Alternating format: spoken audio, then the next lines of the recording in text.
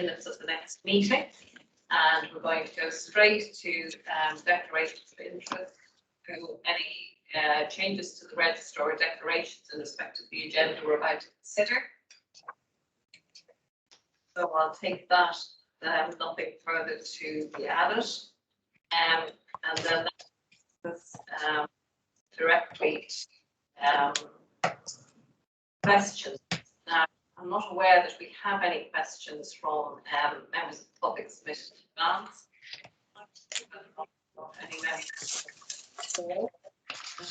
You just to say a warm welcome to you. You're be with us, and of course we're very aware that sometimes members of the public view the Council of Governors meeting not in real time, but as the recording after the event.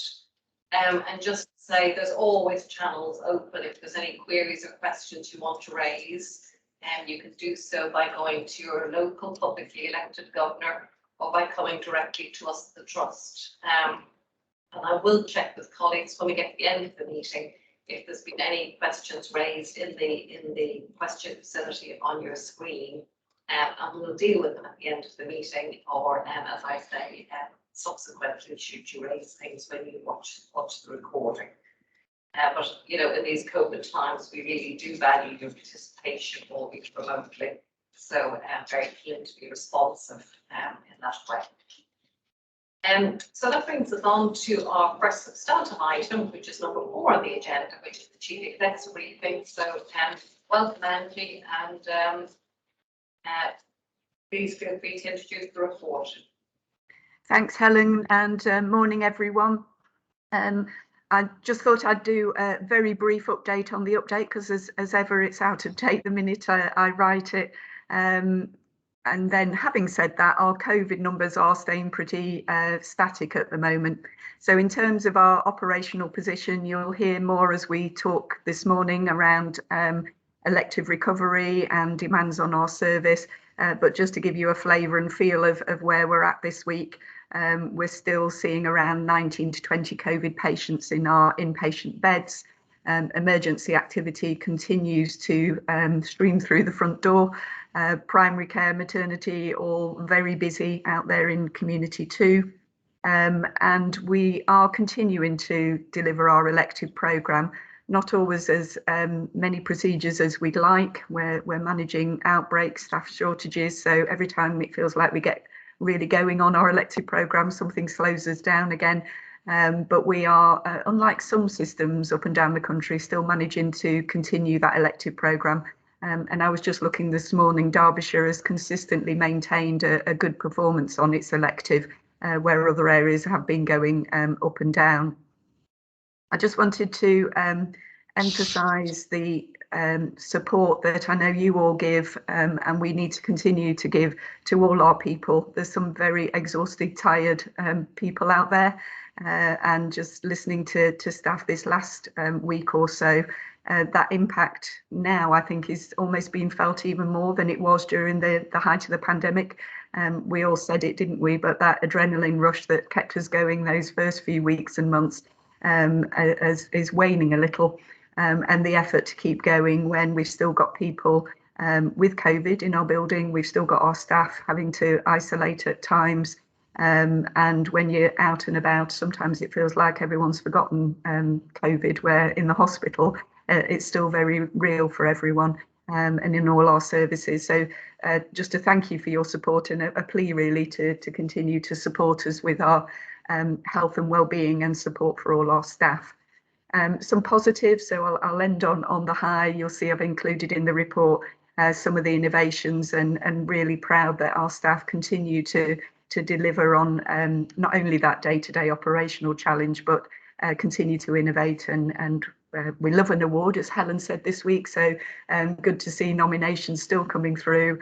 Highly commended for our DSFS clinical engineering team this week at the Patient Safety Awards, so really well done to them as well. Amazing start to the flu vaccination programme. Don't quite know how we managed to get 1,300 of us vaccinated in 4 days, but brilliant, absolutely fabulous. And of course, continuing to work through the COVID vaccination programme. So really busy demands on our primary care staff and hospital staff. And last but not least, can't not comment on how brilliant it is to see work started on the new ED. So thank you, Michael, for coming in and sharing the digging with me, and just really chuffed to see every day you come in, it feels like the landscape changes out there. So something positive for us all to finally see in reality. Thanks, Helen. Happy to take questions. Thank you very much, Angie. You make a very reasonable request of us that we continue to support staff health and well-being at a time when there's so much pressure on colleagues.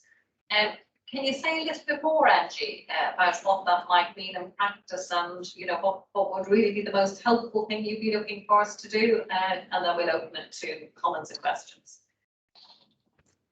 I think, and I always say it when you all challenge me back, going, well, we're not sure what we do, but the little things, the acknowledgement, the thank yous, the sense of humour, the being seen out and about, and saying thank you, and just that ongoing support from all of you, I think is really, I know, is really appreciated. In terms of that wider health and wellbeing offer, Zoe, I don't know whether you want to come in and just give a few of the highlights of the work that we continue to do. And really, it was just to make governors aware that this is something that we keep saying we'll need to maintain and continue, but just to keep that real focus on it. And again, Lee might just want to update on Health and Wellbeing Hub as well. So I'll ask Zoe and Lee to come in. Thanks, Angie. So in terms of health and wellbeing offer, as you say, it's very much about continuing to keep what we've got in place. So there's no intention to stop any of the additional, particularly sort of psychological and emotional health support that we've put in place. So we continue to work with Ashgate Hospice, who have been fantastic throughout, and the feedback we've had from them in particular has been excellent in terms of personal support, as well as kind of for teams and for groups. We're also continue to work with the system around psychological support and how we can do that most effectively, supporting each other as organisations, and making sure the resources are in the right place for everybody, as well as other aspects of health and wellbeing. And we're also starting to invest again around psychological support in training, where we can have people internally who are almost like sort of facilitators in dealing with debriefing around traumatic incidents, for example. So we do have external support around that, but to strengthen that, to have some more internal resource as well. So there's some training being identified, which will be happening in the next few months. Aside from that, I guess in broader health and wellbeing, we're starting to pick up some of the things that were perhaps focus was taken off a little bit. So we've started to have some on-site yoga and Pilates classes, which I think's been really positive. So again, some people have wanted to do that, some people have wanted to stay more online, and that's fine. It's about choices for people, and things like financial well-being as well, and making sure people have got resources for those kind of things, and menopause and other physical things. So a holistic approach, as well as the extra support we've got around the kind of emotional and psychological well-being. And then of course the Health and Wellbeing Hub, and I will hand over to Lee for that. It's very exciting. Yes, so in terms of Health and Wellbeing Hub, I genuinely can't remember how appraised COG are of this proposal, but we can perhaps bring something back. As part of our response to creating a COVID legacy, largely led by Beverly Webster, who's still helping us with the fundraising for this initiative, we've now got a fighting fund of about 800,000 for a physical health and wellbeing facility, which we're fundraising the balance for. It's like to cost us something in the region of 1.5 to 1.6 million that we're about to launch a campaign for. And pretty much all of the fundraising advice is, once you've got sort of half the funds, you're kind of in pretty firm place to get on with the proposal. So it's a multifunctional facility where we can host some of that yoga and Pilates, and will just be a sort of safe space for staff for counselling and other things. There'll be an element of a gym in there, but the main thing is a facility to staff, which will be a focal point for health and wellbeing as a bit of a COVID legacy, which I think will be very positive, and perhaps a bit like the ED scheme. It'll be something for us to kind of point at around a bit of positivity post-COVID, because we recognise it's all a bit difficult, isn't it, around continuous self-isolation and other things. So I think that could be really, really positive for staff. Thank you very much for those updates. That's been super. I know government colleagues will appreciate that. It did take me a moment to work out that you'd said Jim and not a gin in case. But people face into health and well-being in different ways, Helen. I don't think we should be judgmental. I'm pretty sure I did say Jim, but it might have been a Freudian slip. Very good. And Kate, thank you for your patience. Yeah, thanks, Helen. I just wanted to make an observation really on the new ED developments that are going on. It came over really well at the AGM, and I've heard lots of comments and had lots of questions about it. I just wanted to, a little anecdote, if you like. I years and years ago, when we looked at first remodelling the A&E that we acquired when we opened up there, I was sent off to Poole in Dorset with the senior sister in A&E at the time, was a lady called Alison Bonnet. We went off to Poole because they were supposed to have a wonderful super duper A&E department. Poor comparison really, much smaller than ours. And we did sort of bring a few bits back. But what I wanted to relate was totally nothing to do with health. Our host took us to Poole Pottery, and I bought a Poole Pottery bowl and I lost it. And I was looking on eBay yesterday and the blooming thing turned up. So along with our new ED, I've got my bowl on bid. So thank you, Chesterfield Royal. I'm seriously really excited about the new developments in ED. I think it's amazing. And it's really going to put us in a safe position and on the map really well. And congratulations on the AGM, or that was a good meeting. That was it. Thank you. Thank you very much, Kate. We might have to ask you to donate the bowl for a display unit inside the new A&E, but we'll leave you to ponder that one. Margaret. And in light of one of the things that Angie mentioned about us continuing to support, this is really a question perhaps for Berenice to answer about governors being more visible on site to provide some of that support. And if it's not felt appropriate for us to actually resume more visits formally, would it be a good thing, helpful thing, if a few governors actually did some visits around the ward just to say thanks to the staff? And, we are here, and, is there anything we can do to help? With just if you like, a morale boosting visits, would that be helpful? And it's probably really directed towards Berenice, because we don't want to get in the way, because I know everybody is incredibly busy. But if that would be a good booster, I'd certainly be happy to do it. And I guess that some of my colleagues might be willing to join in that kind of initiative. It's a very sensible question. Your views, Berenice? So I really welcome, you coming in and support. What I'll do is I'll just check with IPC, and it's kind of those appropriate times. And the thing is, we'll probably need to flex. So sometimes it's going to be, we're a lot calmer in the specific areas that we feel it's okay for you to come and visit, but there's other areas that we're not.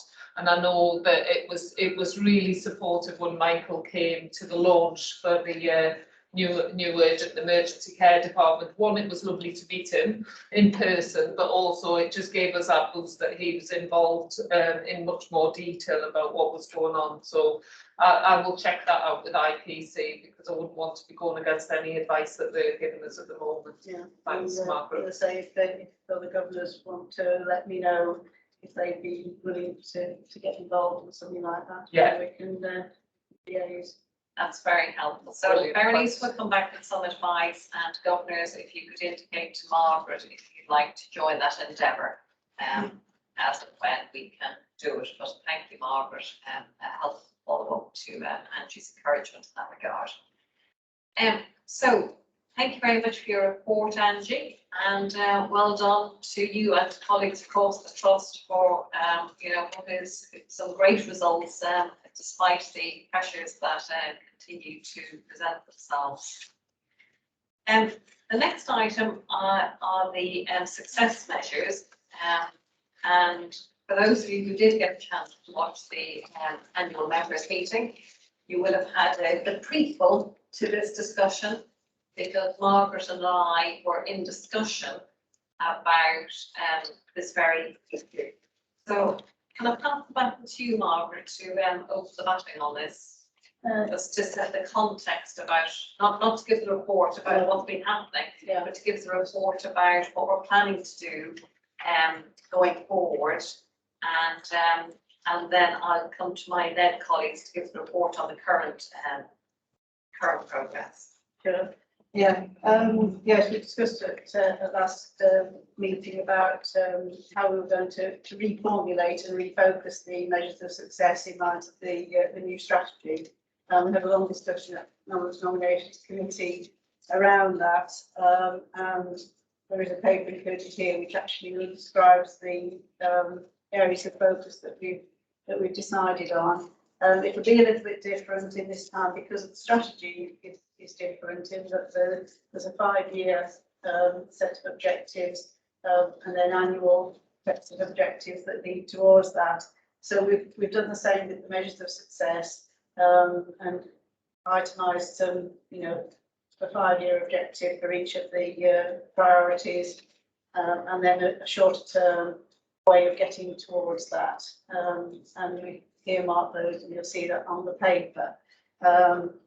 In many ways, there are similar issues to what we've always been concerned about, but obviously there's slight different focus at the moment with all the changes in terms of system working and so on. We need to capture some of those changes, but still some of the issues that governors have always been concerned about are going to be picked up through that process. So that's really how we've done it through the nominations committee, and hopefully all the rest of you, the wider council, will be content with the issues that we've itemised, and that they'll obviously start from next year.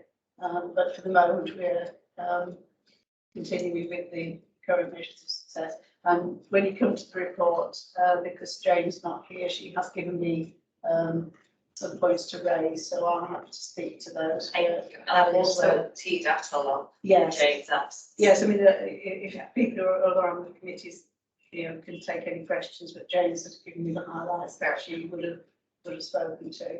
So I'll come back to those. Well, I'm conscious of taking these papers out of order, which is probably an indication of my desire to focus on the future rather than reflecting on the past. I am well known for it.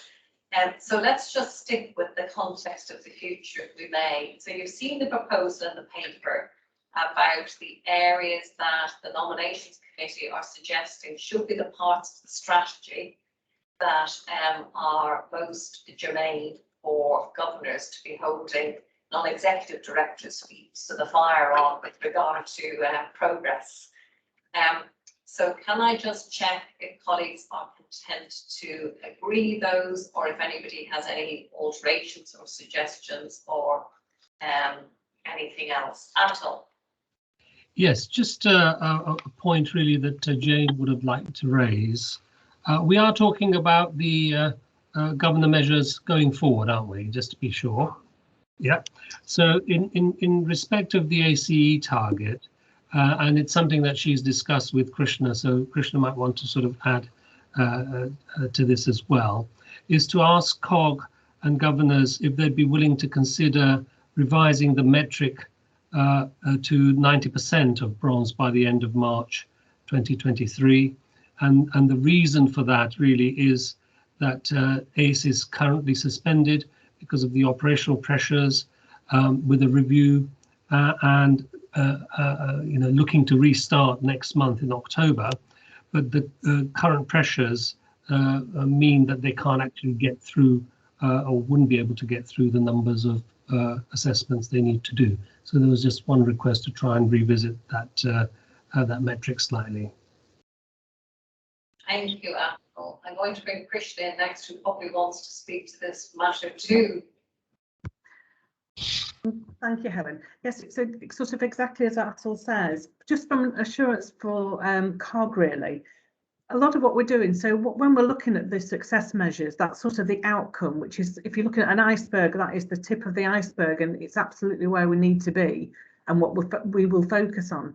But for assurance wise, underneath that water is all the process work that we're doing, and we're doing a phenomenal lot, phenomenal work around making sure that we've got a digital platform to do a lot of these assessments on. We've been reworking because there's a number of areas that haven't got. We've done draft standards for, such as specialty areas like some of the obstetrics or theatres or critical care, and it gives us opportunity to pilot those as well. But currently, I know that there was a 10% awards to achieve silver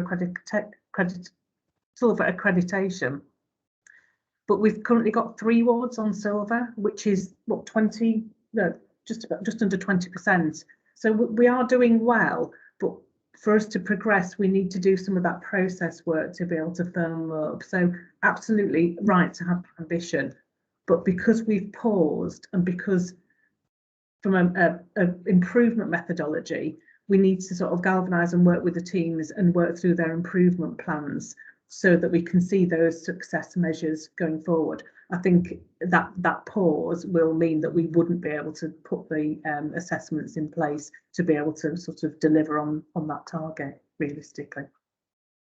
Well, I've got a proposal for you around this. Before I give you the proposal, I'm going to give you the anecdote.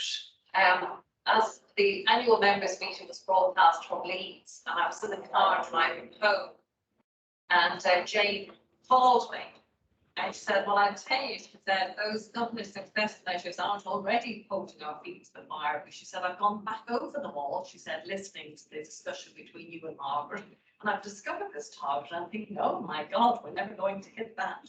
So she said, it's clearly working already. So I share that with you because I think it's a really important illustration about the influence governors have over, what it is we prioritise and how it is we manage the trust for real. With regard to this particular target, I think it's not appropriate that we're changing that here, because the spirit of the government success criteria is that you choose a subset of the strategy targets and outcomes.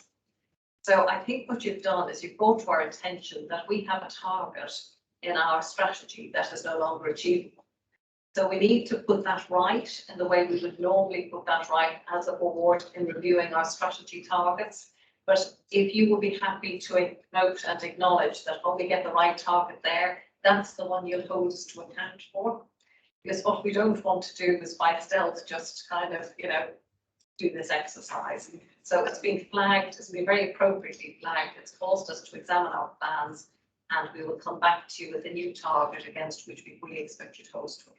Yeah, I mean, Jane had actually sent me an email, and she put that rider in as that was quite succinctly voiced, and my thinking, in fact, my reply to Jane was very much what you said. That it's not really up to us to set the targets; it's up to us to hold you to account for the targets that the board set. So we can have this, that conversation needs to be had about what the board's target is, and yeah, that needs to be achievable and realistic. There's no point in having a target there which we know we're actually not going to hit.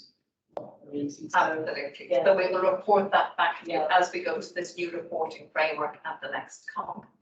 So on that basis, can I ask, having done the kind of clarification around that, are you content in respect to the second part of this item with the success criteria for next year, if we could describe it in those terms? Are you content with the suggestions of the nomination committee? Yeah, very good. In which case, sorry, oh, sorry. I just vote for clarification. I thought this was an elegant way. Sorry. Got your hand up. Put a glass in it, yeah. No, just for clarification, between 4 and 5, the delivery of outcomes that's set by the Royal Academy of Improvement, is that specifically around digital solutions? Because all I'm really concerned about, and we had a little bit of that this year, was there was a bit of duplication with the integration and the Royal Academy of Improvement work. Because a lot of the elements that Royal Academy of Improvement are working on are linked to elective care, outpatients, diagnostics. So if that's specifically around digital improvements, that's great because it's separate. That was the only point. I think, Bernice, I would refer, if I had page numbers, I'd refer you to them, but I can't. If you go to the page, yeah, that's immediately before vision and strategy. I see you're on paper rather than electronically, so I don't quite know how it works out there. But you need to be on the Together as One page, 5-year strategy, Yeah. and at the annual development plan. Yeah. The annual development plan for 21-22, yeah. And governors are going to be particularly interested in having an explanation from NEDS on the delivery of the outcomes as set out within the 21-22 Royal Academy of Improvement Development Plan. So again, there's no need for us to do anything other than the report against that plan. But as you say, you know, there's quite a spectrum of initiatives there. Okay, thank you. You content. Sorry. No, and this is a fabulous example of this working exactly as it should.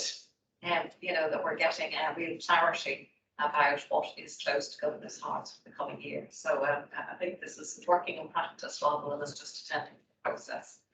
So I think we're going to go forward there or on 21-22 on that basis.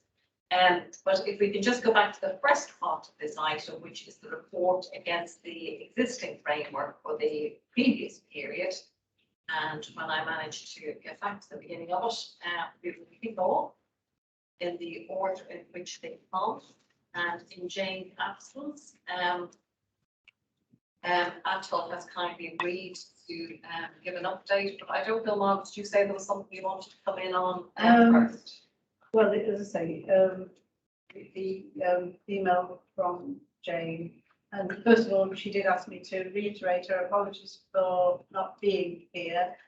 She was very conscious that it was her first Council of Governors since she took on the SIT appointment, and you know, she felt quite bad to be missing the meeting, but it was a very good cause. She's taken her mum on a holiday that's been cancelled about 3 or 4 times, and her mum was really looking forward to it. So, you know, we totally understand why she's not here, but she just wanted to me to reiterate her apologies.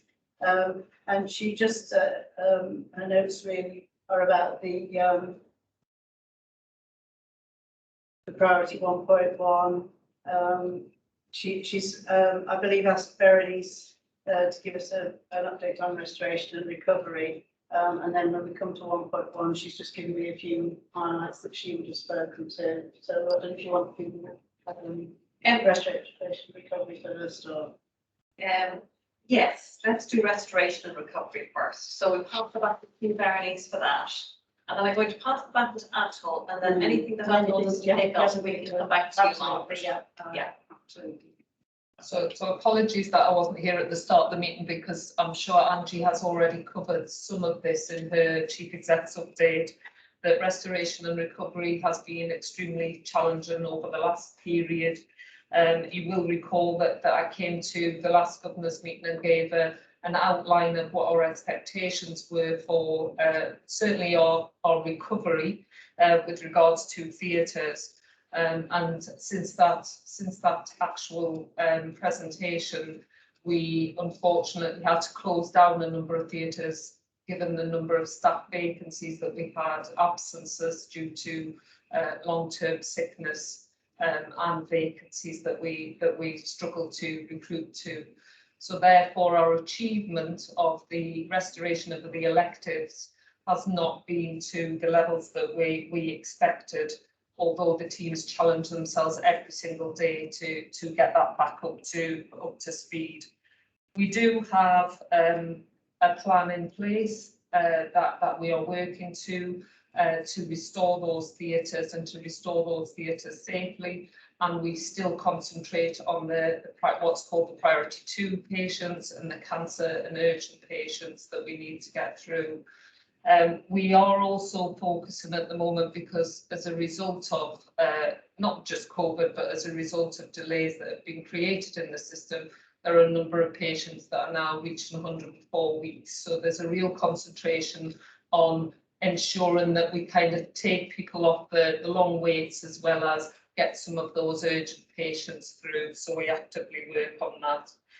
The management of the actual restoration and recovery comes through. We've continued with an operational meeting that we have regularly. On top of that, we have a twice monthly operational detailed meeting to kind of hold people to account, and also performance meetings that are held with our head of performance and planning, where we go into the detail of that. And that is assured back up into the finance and governance performance meeting on a regular basis. We also have escalation in place that we do have tactical and strategic. So if there are any issues or there's any alternatives to delivery, we're able to escalate those real time to those committees to get approval. Everything is within the risk log, so the areas that we are concerned about is added to the risk log, and that is well documented with mitigations in place. Obviously the information is reviewed through our performance report that we have, our integrated performance report that we have, and comes out on a monthly basis, and I know is shared with yourself. Just with regards to the non-elective side, just to highlight to the governors on behalf of Jane that we've seen that activity increase substantially as well. It's been in the media, I know everybody's aware of it from the news, but we are seeing sort of 103% against the 1920 activity, 106% month on month. We're seeing that increasing, and everybody is talking about us August, September, it actually feeling like winter at the moment. So we've got challenges on both accounts that we're actually dealing with, and the non-elective activity must be highlighted. It is system-wide, so it is impacting on primary care, community services, and very much so on our social care services, which we have calls daily with to try and address issues. So that's about all Jane wanted us to say on that. Thanks, Bernice. It's a kind of salutary picture, isn't it? Is there anything, I mean, I appreciate everyone's, doing absolutely everything they can. Is there anything that kind of as the leadership of the trust that we need to be doing that would enable us to just stop being heroic and be able to kind of chart a different sort of path out of this, or is it kind of not amenable to that? I think the only area at the moment is about those media comms messages that go out. So certainly support, and when we're speaking to our, call them constituents, when we're having discussions with people, it is just that real emphasis about explaining some of the delays that there are on the system, the impact that obviously is happening on our front door. So support that we can get around that is really helpful, and we're continuing to give those messages out, but that would be great from a leadership point of view. Yeah. Thank you, Bernice. So we just pause on that one before we go to the next one. Is there anything colleagues want to ask or any comments you want to make? No, in which case I'm going to go straight to you, please, Atul, for the extensive experience of patient care. Thank you, Helen. Yes, and in addition to the report that Jane's given, a couple of things to highlight.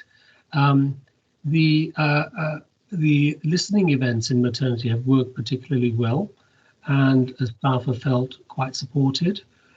So I think that's a really good way of getting into those kinds of issues. The second point to note in relation to the COVID mortality report, as the report says, we considered it at board on the 8th of September. It's now in the public domain, and it again, I think, represents a positive way in which the kind of cases have been very well scrutinized and learning points have been taken on board. Further on, there's a reference to the NICE guidance, and where we in QAC have limited assurance because this is a fairly vast area of work. But we have actually looked at that at the last QAC meeting, and we are putting in place measures to ensure that there's an improved reporting of compliance and risk in this area. and we're looking forward to getting more assurance on it as time goes on.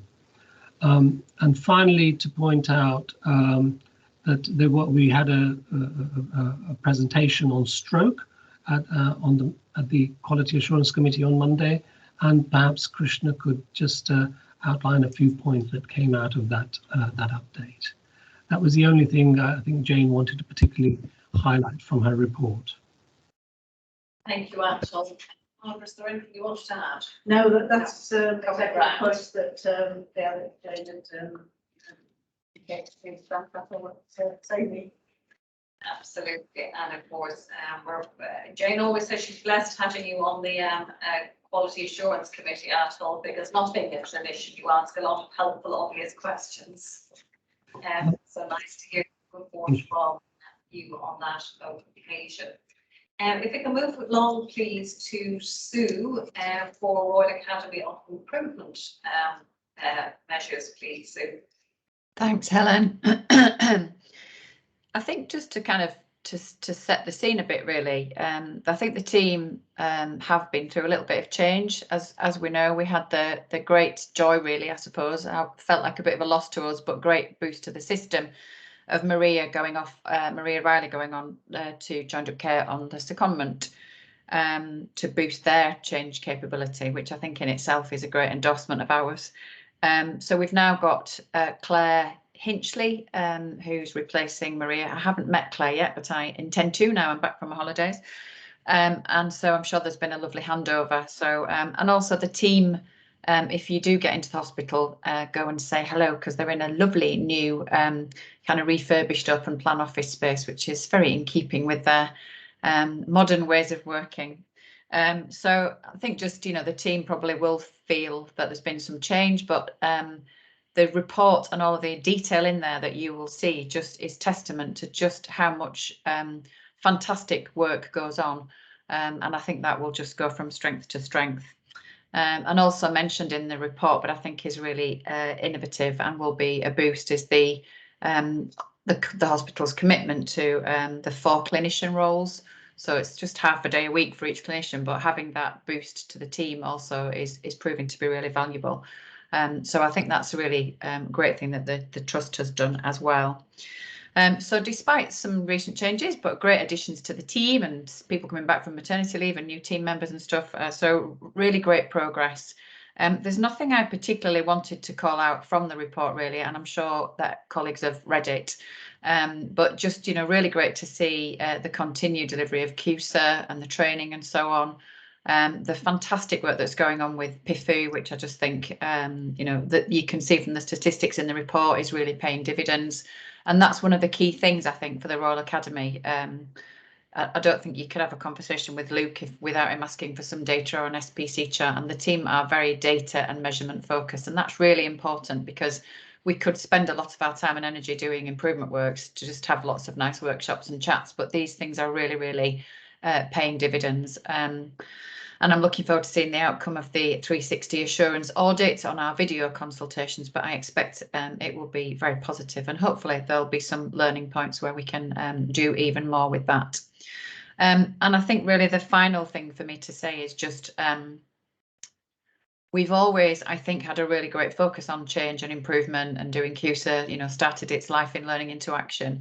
But what's really growing now is our ability to do that from a system perspective. And I think that's super important, because that's really where, from a patient perspective, that's where it's going to make the really big difference, where we start to look at system working and improvements in that space. And that, I think the Chesterfield has really a lot of strength in that. And you'll see a couple of pointers about that in the report that bring that to life, whether that's through the expert advisory forums and working with UHDB to make sure we offer the same service in urology to patients, but also the work that we're doing on the PMO, which you might not all be totally familiar with, but the PMO system is just about how we make sure that we properly manage change across the system and understand all the activities that are going on.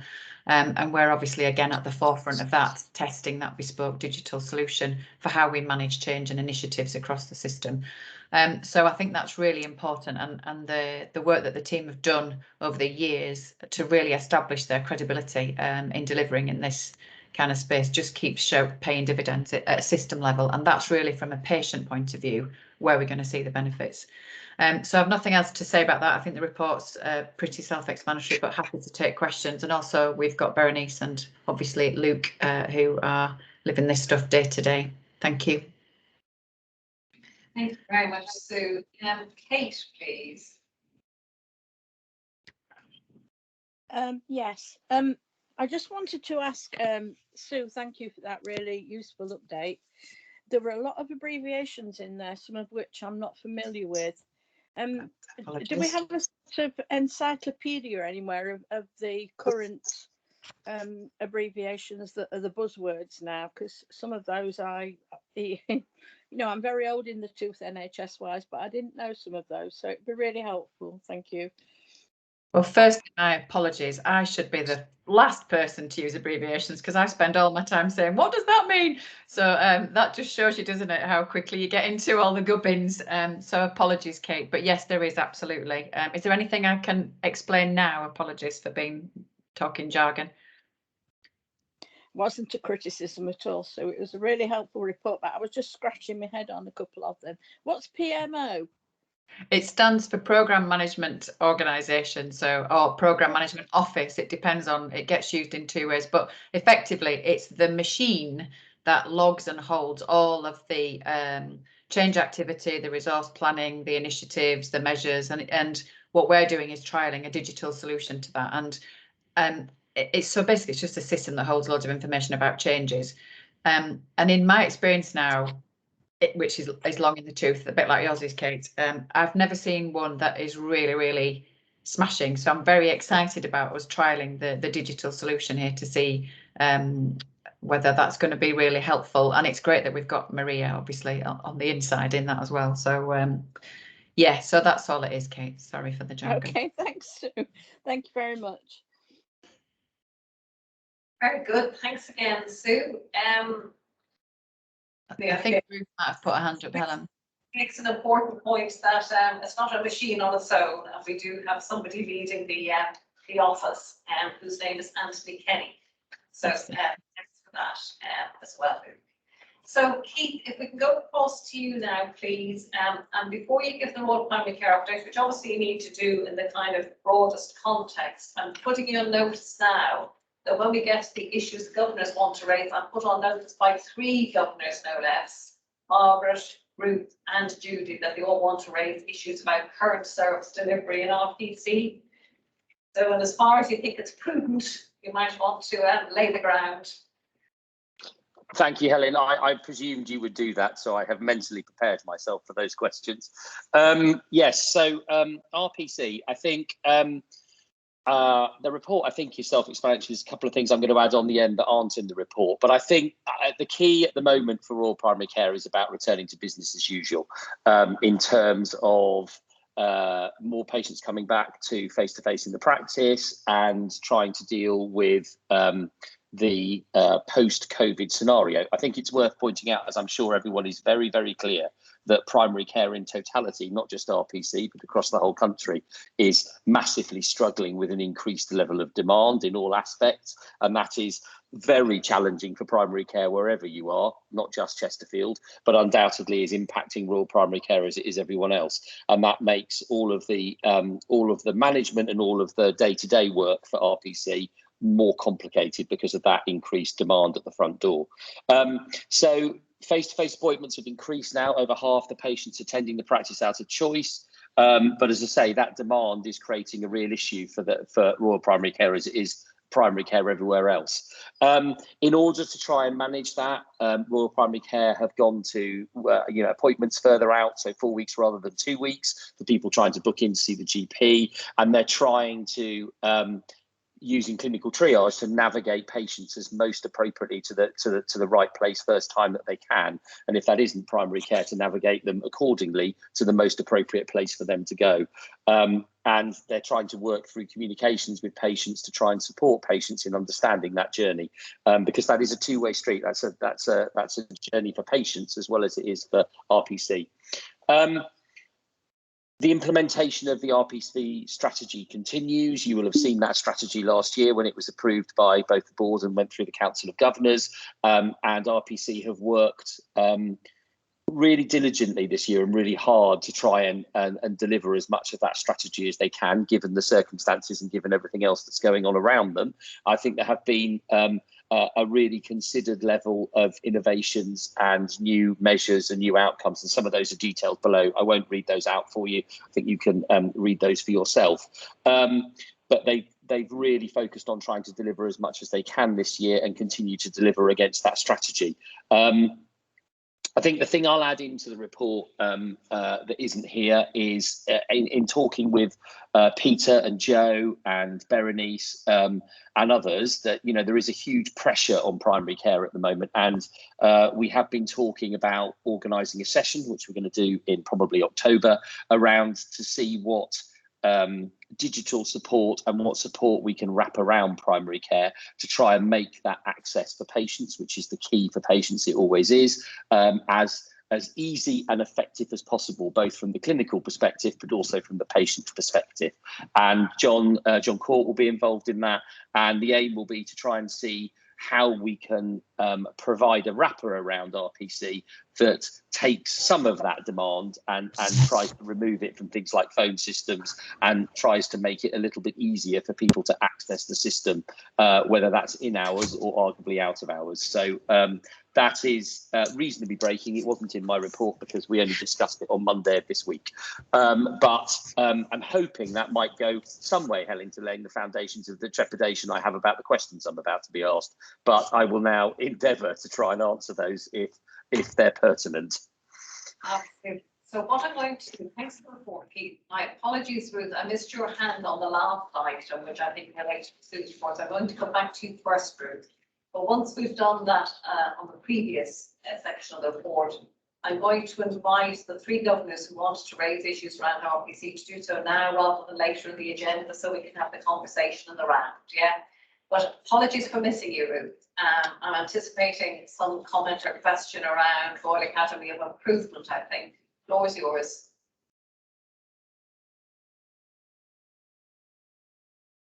You're on mute, Ruth.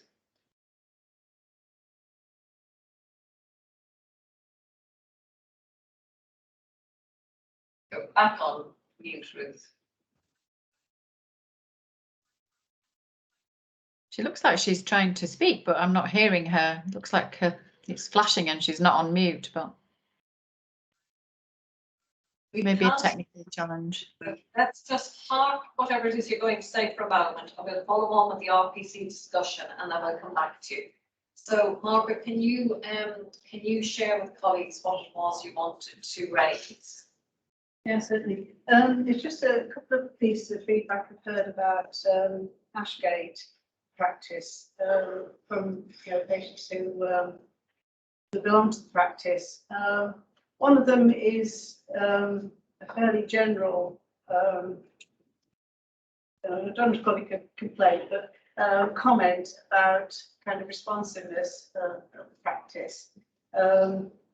And sort of little things about, how easy it is to get things done or to get, and I mean, one particular thing that's been raised with me at the moment is that the patients that I was speaking to hasn't even heard any invites for flu vaccination yet, and yet, everyone else there in their circle have all got booked appointments for flu, and Ashgate hasn't even got the process started, it would appear. The other one is more serious and actually very concerning because it's about the liaison in a way between the hospital and Ashgate. So one has had to come in for urgent surgery this week, and prior to that she was asked by the hospital to get some information from and get a review from Ashgate about her medication, and she tried to make an appointment and they couldn't give her a review for 2 weeks, and yet she needed this before her operation. That really is concerning because the idea of RPC was that we actually work even closer together, and so just Are there really real issues there? Or, you know, is there a problem? What is the problem? Is it to do with perception, not actually recognising the urgency of people's needs, or, you know, what's going on really? That was my issue I wanted to raise. That's really helpful. So we're going to log them for a moment. Can I come to you, Ruth, please? Not to do the improvements thing you wanted to do, but to do the Royal Primary Care thing, if you may, please, if we can get you connected. You're flashing, Ruth. You're off mute, but we can't hear.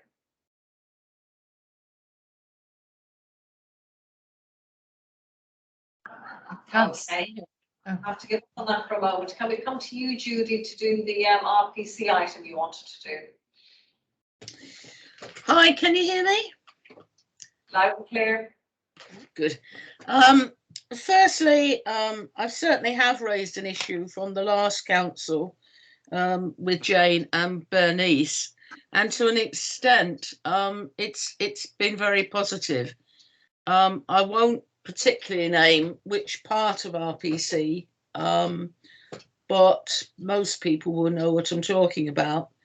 It resulted in a personal letter from a manager, which was good and certainly helped, and appointments were immediately forthcoming as a result. I am, as I've already said in another context, very concerned about the Derbyshire Times handling of RPC, which I suspect has different take.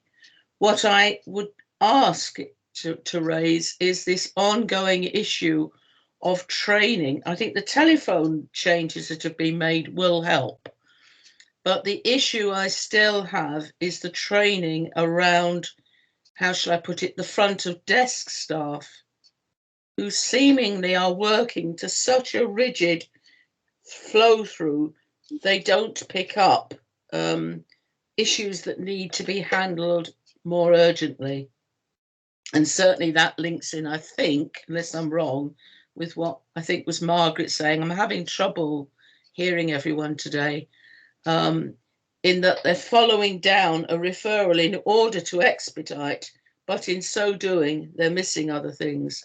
And the other thing that really, truly shocked me, and I'm not quite sure how this is going to be dealt with, but I would want to be reassured that this is being tackled, is that the same person who was in that practice heard in public a conversation between administrative staff about another patient in the practice and how they were and were not whatever they were and were not.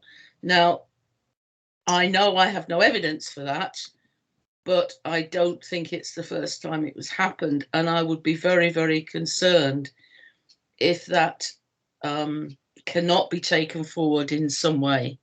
So it's not a complaint. I would also say a big thank you for how the issue I raised was dealt with. So thank you there. Thank you, Judy. That's a deep concern with all sorts of implications in terms of information governance. And even if you can't evidence it or point us to the parties, merits a very thorough investigation on our part, very matter of the utmost seriousness and gravity. So thank you for sharing that with us. Ruth, we've suggested you dial out and back in again. Tom's made an even better suggestion that you put whatever it is we can't hear from you in the chat. So if you want to attempt to do that, I'm going to go back to Keith to reflect on the remarks made by Margaret and by Judy, please. Thank you, Helen. I mean, I think I have to say first, I can't comment in detailed operational stuff about some of the questions because I'm not operationally day to day close enough, Judith or Margaret, to be able to do that. But I think what I can say is I will very happily take those questions away and ask those questions operationally through Berenice of Peter and Joe and come back to governors with responses if you're happy with that. I can't do that I think you'd be worried if I could answer them straight away in some Yes. respects, because I just can't. But I'm very happy to take them away and answer those questions. I think generally, I go back to a certain extent. I think the system is under massive pressure in terms of primary care from demand and from patients in general. That isn't unique to RPC. That's just, it is just primary care at the moment. And even, you know, I spend my day job in primary care all around the country, and even practices that in a normal world have a reasonably easy run of life, very well organised and well managed, are struggling in the current environment. And I think whenever you put strain on a system, if there are holes in the system or gaps in the system, you expand those cracks and gaps, and they become more evident. Let me take them away. And if Judith and Margaret, I'm sorry, I haven't got the other, I can't see the other question in the chat, but it looks like Nicola might have it and could send it on to me. I will come back to you separately, if that's all right, with answers to your questions. Like you, Judith, I think your second point is very concerning. You know, that kind of overhearing a conversation is very concerning. But I will come back to you all with more detailed answers if you're comfortable with that. Thank you very much. Can I go to Kate and then Ruth, please? Ruth Bentley. Thank you, Chair, and thank you, Keith. I agree with you. Some of the issues which we're talking about are not unique to Royal Primary Care. Yeah. And I can give you a particularly awful example in my own practice. What I would ask though, Keith, is I'm not sure whether you know I'm a borough councillor, and the borough councillors representing Rotherwood, which is the Grangewood practice, raise lots of horrible, really ridiculous comments sometimes, and I do go into battle on RPC's account. But I would ask, please, if I might speak to you directly on some of those issues at Grangewood. And just to add to the things that Judith has said, some of the main issues that I've gotten involved with are around getting through to the practice on the phones, which I know that you attempted to address, and also, again, and most definitely not unique to Royal Primary Care, the issue, and as Judith raises, possible training issues of the front desk staff. So I would appreciate a conversation when it's convenient for you, Keith, please. Thank you. Yeah, absolutely, Kate, more than happy to. And you are right, you know, accessibility to patients, which tends to be on the phone, because that tends to be most patients' methodology, is probably one of the most controversial issues in primary care in terms of how they deal with that. Some of the solutions that I think we're talking about will support that and will help that. The difficulty, I think, with primary care, and I say this a lot in my day job, is there is no single silver bullet that solves the issue of demand in primary care, down to number of clinicians available, capability, increased demand from us as patients, just demanding more services more often. So I think those services can help and they can support, but like all of these things, it's not an instant switching on and switching off a light. You don't go from one to the other in the space of a day. And they also require a level of support and education from patients as well, supporting those systems and working with them as well, because we're all sometimes a little bit guilty of doing something when it suits us and not doing it when it doesn't suit us, if that makes sense, as patients. So we have to be a little bit careful of that. But very happy to have that conversation, and very happy to continue to keep people appraised on how we are doing in RPC. Yeah, thank you for that, Keith. Thank you. Thanks, Kate. Can I go to you, Ruth, please? Yeah, I just think from the point of view of the staff at RPC, we are working extremely hard under a lot of pressure, as Keith has said. The front door staff get a lot of abuse from patients. They quite literally will say, well, if you don't sort it out, I'm going to die and it's your fault. Yeah. Which is not what you want to hear when you're at work and you're trying your best. So I think we also need to be mindful. We were talking earlier about well-being. We have a lot of extremely stressed staff. because of the level of abuse that they receive, because of the level of GP bashing that goes on in the media generally, not just for us, but generally. Absolutely. So I think we need to be very mindful of that. There are quite a number of things that personally I always promote the use of the app, and a number of patients go, oh yeah, that'd be great. I said, you can just send us a message rather than try and sit on the phone. So the digital wraparound that Keith was talking about, I think will be extremely important for access for a wide range of our patients. But it is also about trying to control that demand, as Keith has said. And it's really interesting, in my other job as a named GP for safeguarding, there's a huge amount of work going on trying to control the demand going into social care. And I just sit there thinking, oh my God, we have no way of doing that for primary care. We have no way of controlling that demand and trying to stem it off. And social care are desperately trying to stem things off to other services. We can't do that. We just, everything comes in our front door and we have no control over that. So we are working really hard, and I'm really glad to hear that Keith will be working really closely with a digital solution, because I think that's going to be the way to go. And like I say, sometimes people often say, well, I want an appointment today because it's my day off. Can't do a lot about that if there's not one, and clinically it's not urgent. But we do need to keep our time for things that are clinically urgent in a suitable way. And we've got a new task box that the duty GP can be contacted once all the appointments have gone. So we do as much as we can to triage and try and stem the flow and make sure we're picking up the important things. But at the end of the day, we're human, and have a limited amount of hours in the day. 10.5 hours. I don't often leave my desk for 10.5 hours of constant decision making about patients. So we're all working at that capacity. So we are trying. Thank you very much for that, Ruth. That was a very helpful testament from the front line of primary care, and a helpful reminder in terms of the realities of what you're dealing with. On the first point you raised about staff well-being, I think it would be helpful to share with governors that as a board we have resolved to take a much firmer line, including up to and including prosecution of people who abuse or are violent on staff at A&E. And this has come to light on the back of a number of clinicians bringing to our attention very clearly what the implications for colleagues are of that.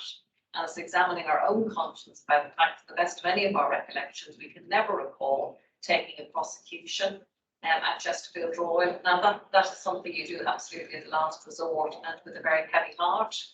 But the fact that we're not using our full range of levers in order to exercise our duty of care towards our colleagues does require some examination of conscience. And we're in the middle of that exercise with regard to the front door of the hospital, particularly A&E and EMU. But I think on the back of the, on the back of the narrative you've given us of the day of the life of the receptionist in all primary care, we need to consider how we appropriately extend that work in that regard to that group of colleagues too. So we'll take that away. I'm going to come to Berenice, who's got the elegant hand, and then I'll come to Zoe. It was just literally on the back of what you've said there, Helen. We are working, looking at that. We had our kind of first meeting last night as an ICS to look at violence and aggression across the whole of the system. People will have heard of the awful goings on in Manchester with the GP practice at the weekend. And it's really important that primary care is included in all of the work. So not just the front door, but we will be taking the same stance across all of our providers. Very good, and that's hot off the press updates. Thank you for that, Berenice. And Zoe. Thanks, Helen. I was going to say pretty much the same thing as Berenice has just said, in terms of there's a lot of work going on at the moment around violence, aggression and verbal abuse, and to make sure that RPC are hooked into that. So yeah, what Berenice said. Very sorry, very good. Well, I'll be back to you in a moment, but just last word on this particular item to Judy, please. Yes, I'm just, in view of my past background, I'm really pleased to hear that intervention in terms of aggression to staff is taking place. In the past, sometimes I've heard about it in the context I worked in, as some of you will know. we have been utterly shocked. And I think you would find once you get through the backlog in that system as well, you would get a lot of support. So I'm very pleased to hear that happening. And I just wanted to say to Ruth, I would hate you to think that I personally have gone away and had a right go at you, because I haven't. And while you were talking, I was thinking, oh dear. But then I had another thought that might go back to Berenice, that maybe some of this would be some training course, but it would also, I don't know what the training systems are for RPC. I'll be honest, I'm ignorant there. But if front of desk staff were just offered even a half day, what would that do to them feeling valued? It's just a thought. But I really wanted to comment on the action on violence. So sorry, Ruth. Thank you, Judy. I misled you. Judy was not the last word on this, but Tom most definitely is. Tom.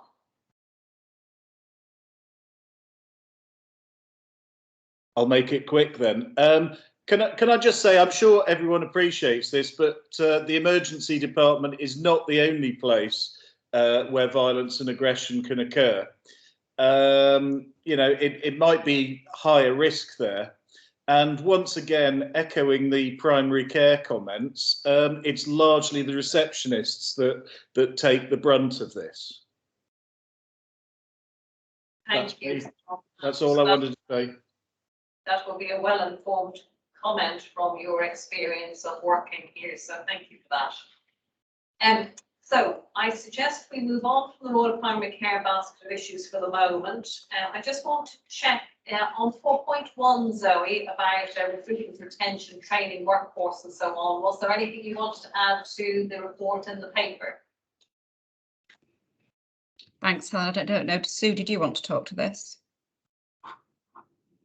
Or not? No, I haven't got anything to add, sorry. No, that's fine. No, I didn't have anything to add either. Self-explanatory, I think is why we put it in the way it is in the paper, but I just thought I'd check. In which case we go straight across to you again, Atul, if we may, please, about the whole integration agenda. Thank you, Helen. Yes, I mean, in the past, we've been talking about how the integrated care system is coming together and things being put in place. But I've been yearning to actually get some concrete examples of how a sort of new structure can be beneficial. And Berenice has very kindly given us some of that practical example in the shape of these expert advisory forums. You know, probably something that doesn't get a lot of light in terms of people's attention, but clearly here is a concrete example of how different parts of the system are coming together to actually put together better approaches, better pathways, better and improved communications across service providers to actually produce those better outcomes. So that's all I'm going to say. Here are some concrete examples. Thank you, Atul. Anything anybody wants to raise? Happy to note. Okay, thank you. In which case we're going to finish on what I would euphemistically describe as double Keith, because Keith is going to cover the procurement issues in Mike's absence, and then if you go on to digital strategy, please, Keith. Thank you for that lovely intro, Helen. Yes, so the first section, Lee, I might fall back to you if there are any complexities in this, as I'm covering it for Mike. Around the procurement, I think, as you can see, there's a continued strategy in terms of working with NHSE and NHSI in terms of the target operating model for procurement in the NHS. And as those you will be aware, with the departure of the UK from the European Union, that has raised a whole heap of change in terms of procurement and processes and policies. And some of those are still, I think, fairly fluid, it's fair to say, in terms of how it will work, but it will make considered changes. I think there's a notable comment in here from Mike about the work that's being done on carbon net zero agenda to understand around the environmental impact, which I think is really important for the trust in relation to what's going on in the wider world. And also the continuing work around PPE and staff safety and supporting staff in terms of that. Don't think there's anything else I'd add, Lee, unless I've missed anything significant or there are, Helen, any questions. I'm happy to try and answer them, but it will probably be Lee in reality. Okay, very good. Any questions? People content with the report? I think you've escaped, Lee.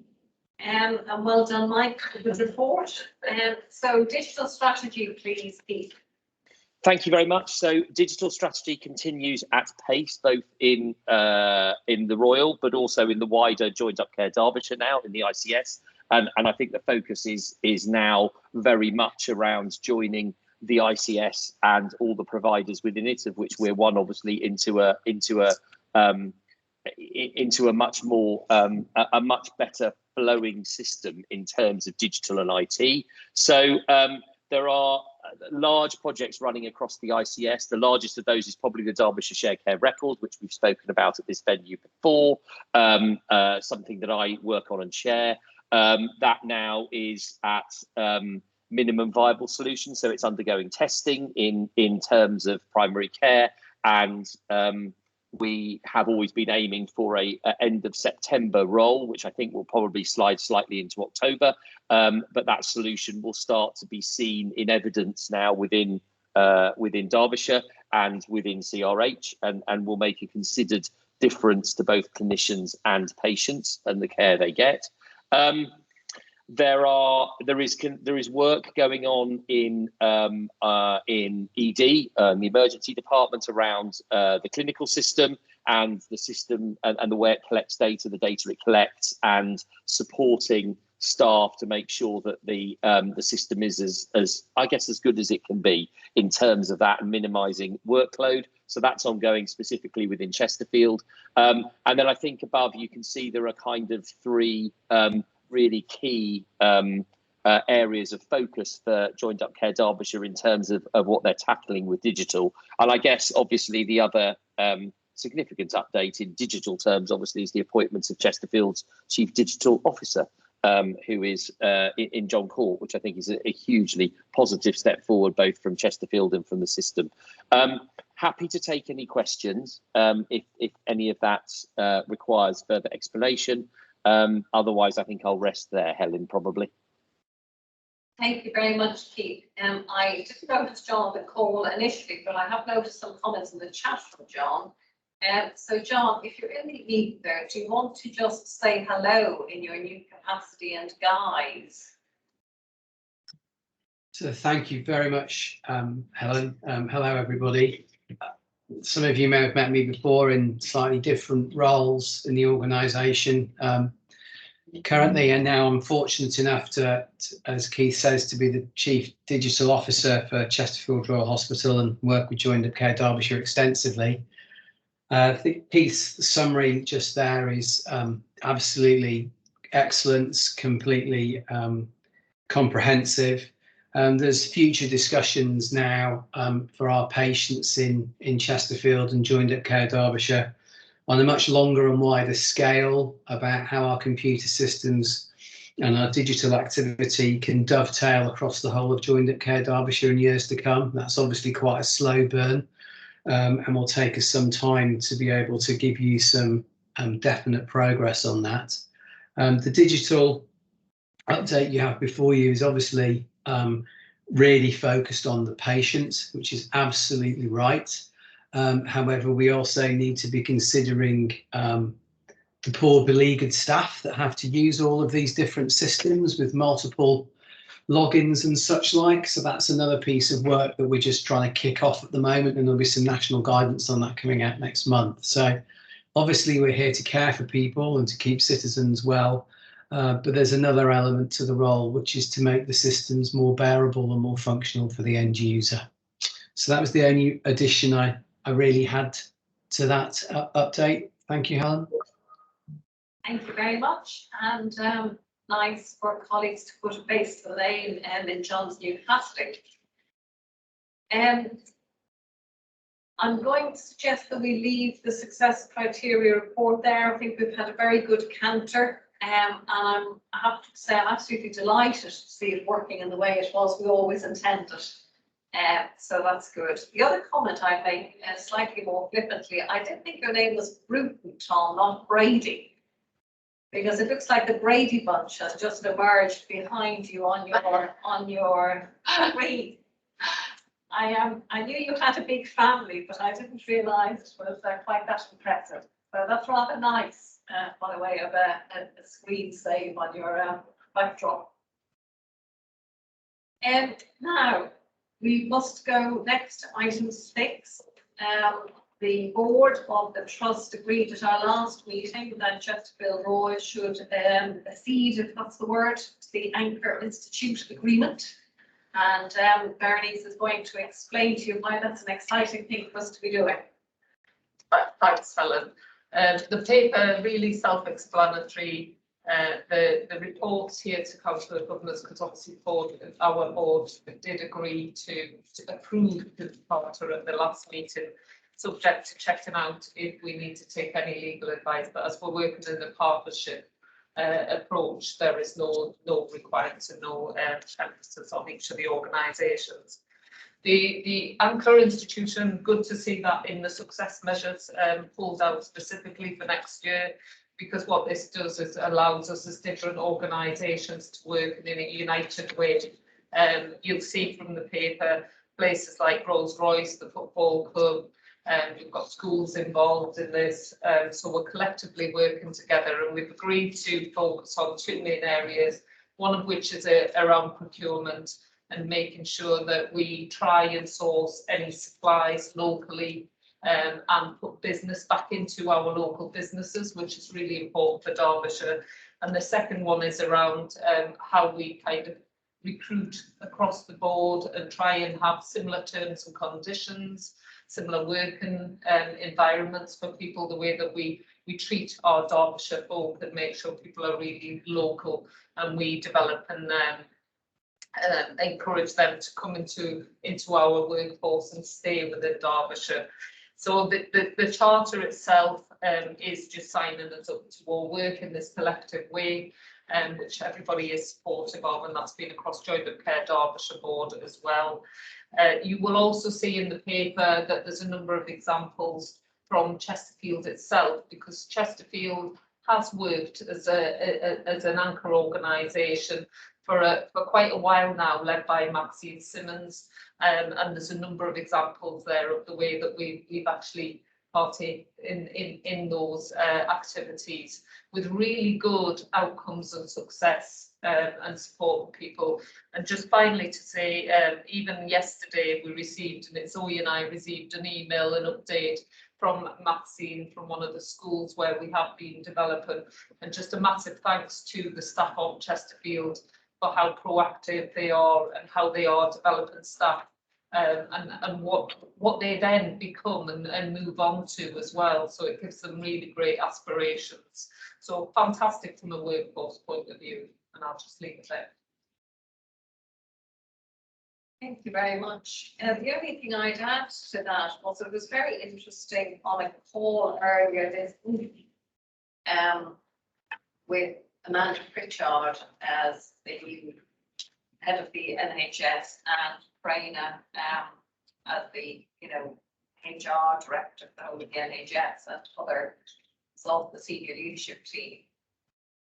And they were talking, Prana made a comment about, the difficulty of course is in big hospitals you've loads of consultants and no beds, and in small hospitals you've loads of beds and no consultants, and that is not a trigger for you to kick off, Mike, I hate to add. But to which my response was, well, it strikes me as the bleedingly, blindingly obvious solution to all of this is that we have a single employer at a system level, to which her answer was definitely. And then the response was staff digital passport should help in this. Yeah.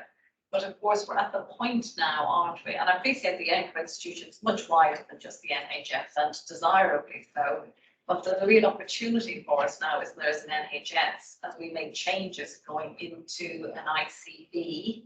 I apologise to Kate for talking acronym city here, but as we give statutory grounding to the integration arrangements at system level, it will be a shame to start matching and putting people across to posts in the absence of thinking about the principles and the ways in which we want all that to work. So I very much hope that we'll progress that as an ICB, but also just, you know, the keeping ourselves honest as an anchor institution might add extra impetus to that, I hope. Thank you. So well done for your leadership with the agenda, Berenice. Any comments or questions about the Anchor Institute agreement? Happy to note. Very good. Thank you very much. Now, we've got the next item, which is the I want to just check with Krishna. The next item is the external audit update, but Krishna, we've got IPC. I suspect we've missed Di's available window, have we? She's still on. Still on. This, Yeah. in which, if you don't mind, we're going to go straight to item 8, of course, item 7. We'll come back to you in a moment, and we're going to do the annual report on infection prevention and control. I'm so glad we haven't missed Di's slot. Di came to board last week. It was a magnificent presentation reflecting on a fabulous year's achievements, and really nice for you to be able to hear from Di at first hand. So I'll pass the baton to you, Christian, in case there's anything you want to say and opening it up. No, I'll hand over to Di just to do the overview of the annual report. Obviously, it's quite a wealth of information in there, but I'll leave it to Di just to pull out some of the highlights, really, of which there are a lot of highlights. The team have worked incredibly well, and I'm really proud at Chesterfield to have such a fantastic IPC team. Thank you, Krishna. Di. Thank you. First, again, I would like to apologise to all of those of you that have heard this report for probably about the 6th time now, and are probably fed up of hearing and seeing me, so I'll be as quick and as brief as I can. This report is the annual report from the Infection Prevention and Control Team for the year 2020-21. Been a bit of a slow year for us, as you can imagine. We've not had a lot to do, but we have managed to hopefully support our frontline clinicians in managing the COVID pandemic. We've been involved actively in 1,441 inpatient episodes of care, and been interpreting the copious amounts of guidance that came out, particularly very early on, and hopefully interpreting that adequately for our frontline teams to implement. One of the things that I'm extremely proud of the whole hospital, frontline staff and my team in particular, is that a number of hospitals across the country have seen significant increases in other healthcare associated infections. Here at Chesterfield, we've not seen that. From a C. diff point of view, we've seen a decrease from last year of 7 cases hospital acquired. E. coli bacteremias, we've seen a reduction in 10 cases. MRSA bacteremia, we stayed the same, but we've only ever had 1 case per year for a number of years now. A Staph aureus sensitive bacteremias, we've seen a decrease in 10 cases. Klebsiella, we did see a slight increase, just the 1 case though, so that's not overly worrying from my perspective, although 1 extra case is 1 too many. And Pseudomonas, we've seen a decrease in 5 hospital acquired cases as well. So I'm really pleased with that. We also managed to maintain the mandatory quarter of surgical site surveillance. We monitored 116 patients in the time period where we saw no infections in any of those patients.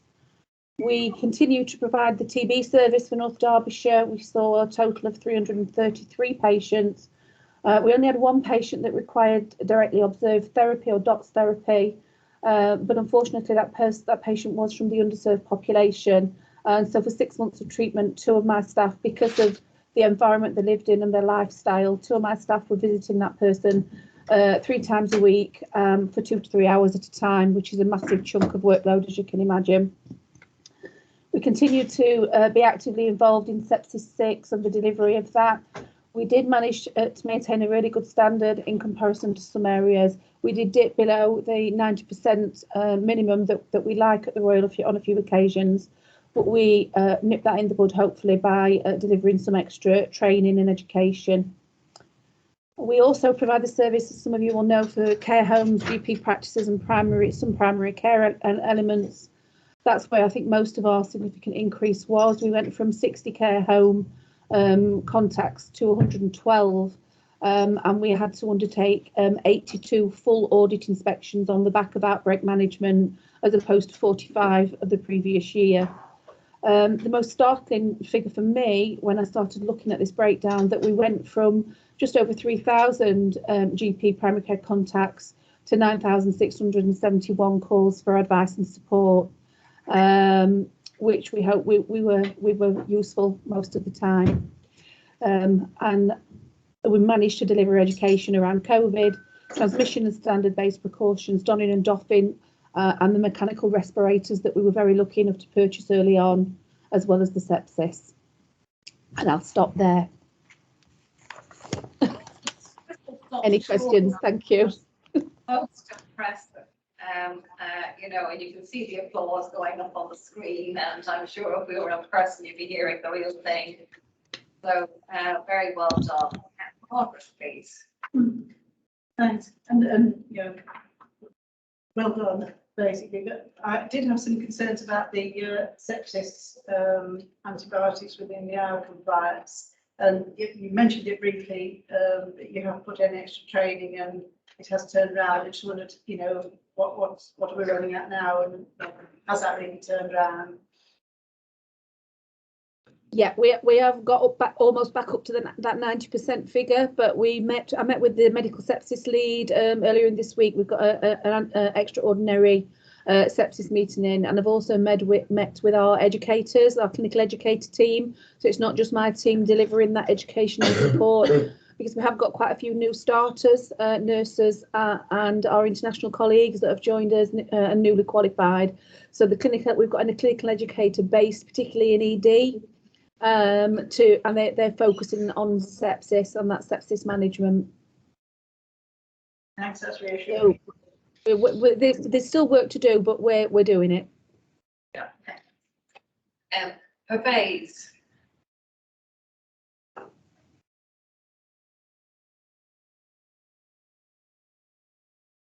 I thank you, Di, for the sterling work which is done by your team and yourself in person. Can't hear you, Pervez. You're going to have to go really close to your microphone.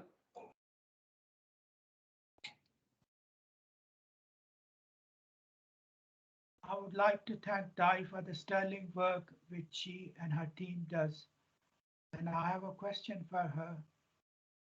There were 7 patients with suspected tuberculosis who were lost to follow up.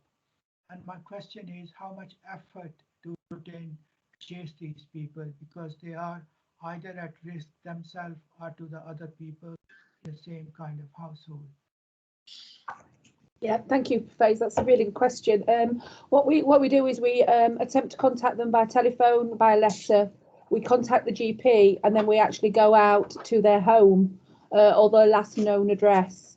The people that have lost to follow up are usually people from the underserved population, and many of them we just can't track down. So we alert Public Health England through the official notification database website, and we alert our local consultant in communicable disease control.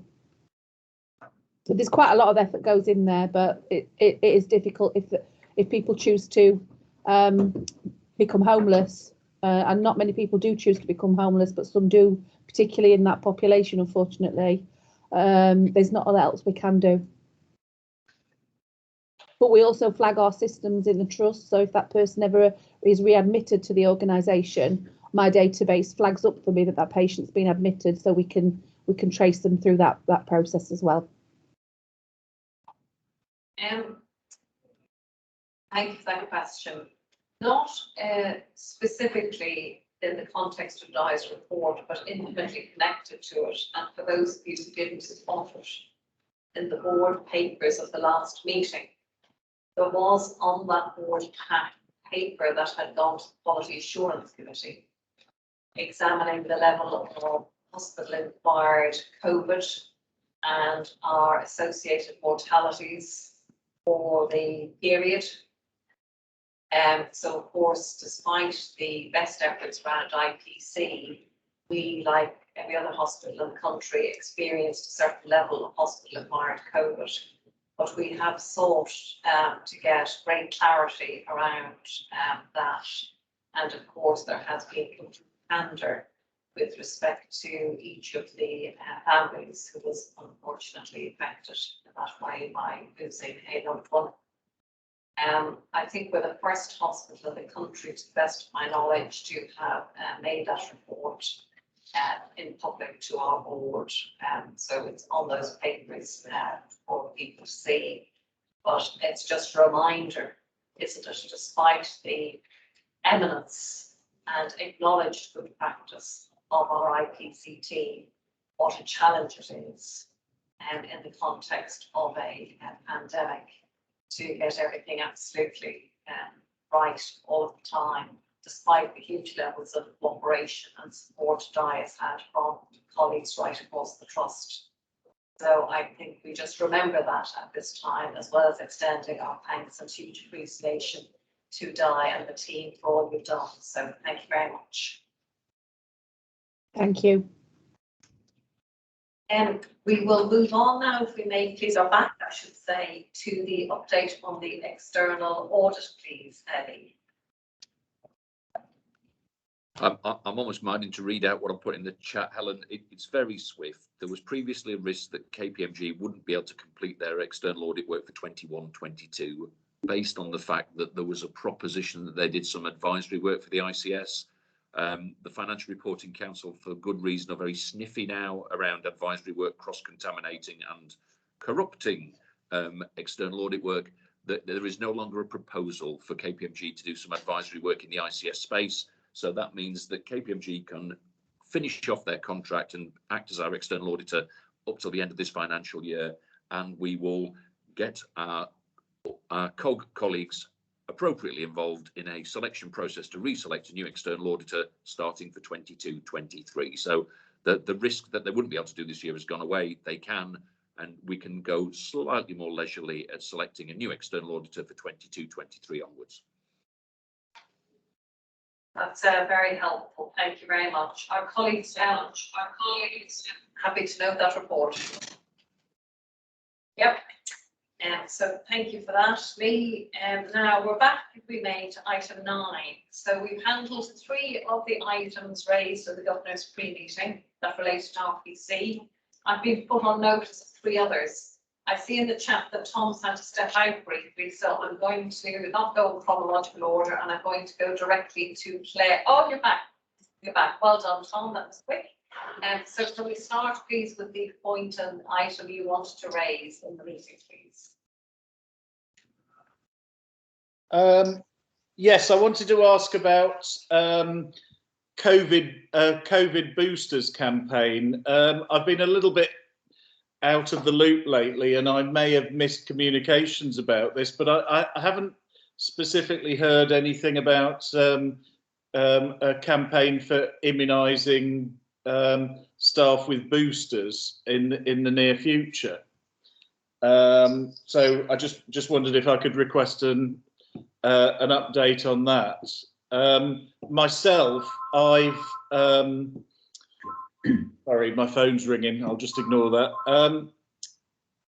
I myself have managed to arrange one for tomorrow through the NHS website, but you know, I just wondered if we're going to have a more user-friendly way of other members of staff getting it within the organisation. Christian, is your hand up to answer this? Well done. Yeah. Thank you.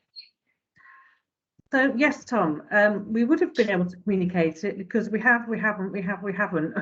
It's been a bit of an on-off situation. However, vaccines are sort of near enough in the building, and we should be starting sort of from next week to offer the boosters. We'll be doing sort of our writing out to our most clinically vulnerable staff sort of first and foremost, and then it will swiftly go out. And it will be done on a queuing sort of a swift queue basis like we did for the first one. And unlike previous years, we'll be able to sort of put this into our ESR as well. So with the flu, we'll be able to have a real good handle on which staff have been vaccinated, which I know we potentially sort of struggled a little bit more about. So you will see communication coming out sort of the back end. Okay, thanks. I mean, obviously the flu campaign has, as always, has been fantastic this time round. The food campaign has been fantastic. I do know colleagues though who joined the queue and then couldn't be seen to because they didn't have their payroll number. And I know we're normally happy to rely on 3 points of information to ID people. So I can't imagine that we've got that many members of staff with the same name, the same address, the same date of birth. So that might also merit some further thought in the interest of maintaining a great start that we've made on food. So it sounds, Tom, as if we're on a promise of more communications to colleagues shortly about how all of that's going to work now that there's clarity. So thank you for that question. The next point is from Claire, please. Claire. Yes, hello, sorry. Good afternoon, everyone. I'm not sure who can help me out with this question, so I'm getting like a little bit confused myself.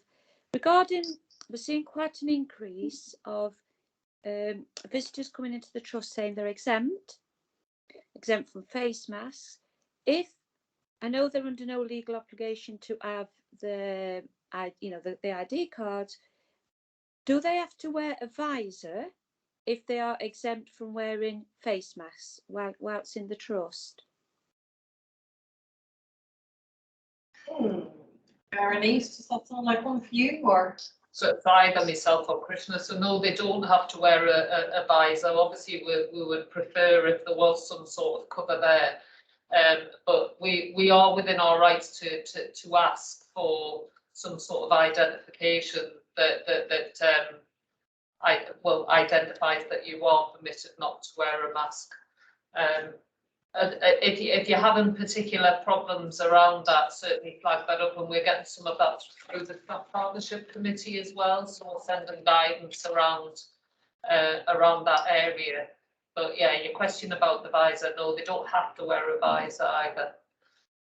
I think this is where it's kind of leading on to. I think just lately, I'm speaking not just for my nursing colleagues, but also the cafe and the reception staff who are the first kind of port of call due to all their frustration and upset. There's been a lot of incidents regarding mainly down to the COVID marshals. You know, there's too much. I've got a list that's so long. We'd be here for a long time. But the cafe staff have been challenging visitors basically, whilst the COVIDs have actually been stood there on the phones. Site matron's been called to a ward regarding a separate incident. I have since spoken to the cafe and security managers who, since I've spoken to them, the situation has got slightly better due to them constantly monitoring the COVID marshals. The question is, situation we're in at the moment, does the trust, do we still require the COVID marshals? So the answer to that is absolutely, we still require the COVID marshals to support, because we constantly battle on a day-to-day basis around the organisation with people not wearing masks, not being socially distanced, not following the. I agree. There are issues that have been raised as a result of that reception area, and only yesterday, Claire, that we agreed that eating area was going to be made with immediate effect available for both patients, visitors that are quite immobile to be at those tables, as well as staff members, because there are a number of other areas that staff can go and have breakout sessions in. So that one area is going to be permitted, but the COVID marshals need further training, and that has been so to support us in getting those messages across to people. If you have any other examples, please feel free to send them through to us, but that is something that we picked up through the operational group as well. Yes, I will agree with you. The last few weeks since I've spoken to the various managers, it has slightly improved, but you know, to be perfectly honest, but I was really, you know, concerned for the staff and their frustrations moving forward, really. Thank you. And it is another area, Helen, where we do experience kind of that aggression when we're approaching people. People are becoming less reluctant to go and tackle people. So it's a difficult one. It is. It sounds now, Claire, as if you've established an open door with various more examples on these issues that could help to be taken forward. So we noted that there's a number of issues around here, and need you to pick up not at a staccato basis, but as they arise, Claire, so that we can support colleagues best we can. And do you want to come in on this, Zoe? Yes, please. Thanks, Helen. It was in relation to the COVID marshals. So Claire and I spoke kind of briefly about this on the same day. I had a catch up with Dennis from DSFS. So I talked to him about that because they sort of commission that service effectively. So it is very much on Dennis's radar as well in terms of, a piece of work around perhaps refocusing what we want them to be doing. And I guess to support what Berenice says, there is a role for them, but perhaps it's a bit more around training and refocusing that. So it's on Dennis's radar as well as Berenice's. Yes, yeah, I do appreciate that, Zoe, and I forgot to mention that that you'd actually tried to move it forward for me. Thank you so much. Thank you both. Kate. Thanks, Helen. It was just to say that, as ever, it comes with the territory, being a councillor. Lots of comments about the hospital is not following current COVID guidelines. They aren't observing social distancing. They aren't cleaning the chairs. Now, I always kind of take things like that with a pinch of salt, because usually it's one example on one patient not doing what they're supposed to do rather than the hospital not. I'm not complaining, I don't believe it, but I just wanted you to be aware. Thanks, Kate. We don't have more hands on that, so I'm going to go to Frank next, please. Frank wanted to raise the issue about the orthotics service. Yeah, thanks, Helen. I raised this at the back end of last year. Just to reiterate, my wife had polio back in 1958. She's been an outpatient at the orthotic department since that date. A couple of years ago, the trust outsourced this orthotics department to a company called Blatchford's. My wife tried to make an appointment and said she got to be referred back again to the hospital after nearly 60 years. We got an appointment last December and she had to have a new caliper designed. We went for a refit in August this year, and to say the only way it would fit is if you turned it round and walked backwards. That is true. It's not the young lady in the department who works for Blatchford, Sarah. It's their manufacturing department. They don't seem to have any idea of what the patient requires. And we're still waiting for another appointment. This affects the manufacture of her shoes. And all the ladies will appreciate, my wife has 2 pairs of shoes for all day-to-day, going out, everything. And that's all she has. At the moment, we're having the 3rd pair made, not by Blatchford's, at a company called Cordwainer at Bradwell. And this gentleman's had polio himself, so he knows the issues. It's being funded by the NHS, but he can go no further until he gets the new caliper. I have raised the issue. I think John and Berenice are aware of this issue. If they'd like to comment and give me an update. Thank you. Thank you. Is that something you can handle now? I'm conscious that this, Frank's raised it before, David raised it. There seems to be a lot of unhappiness with this service. We raised it previously in the context of a more strategic focus on when we move from one provider of service to another, what insurance arrangements do we put in place. And that was the right place to start our inquiries. But as the concerns and complaints continue to come in, if there's something we kind of need to get a bit more of an immediate response here about. So thank you to Frank, because he did share with me personally. Thank you for the information with regards to his wife. So we are looking into that and looking to expedite what needs to happen around that. this service is obviously commissioned not by us, but obviously by the CCG with Blatchford. And we are in conversation with Kate Brown from the CCG around a number of issues. I have a whole host of feedback and answers from the CCG of the things that they're actually looking at. But to be really honest with you, there is more work to do around this service.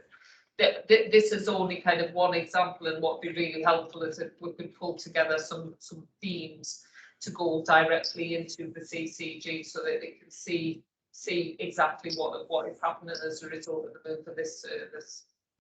Thanks, Frank. I would also add that whilst your wife may only have 3 pairs of shoes, it's quite clear to me that you've got a very extensive wardrobe. Very smart lady. Thank you, Frank. We're going to move on to, oh no, Frank was the last, previously the other 3 we've done earlier with the RPC one. So thank you for raising those points. And I'm sure for members of the public who are with us either now or later, it will be very good to see those issues that will be very important to patients and the core of our delivery. So thank you for that. Now, item 10, have any governors been out and about or anywhere where there's an opportunity to feedback? Margaret? I'm been out and about. I've been sitting at a computer screen.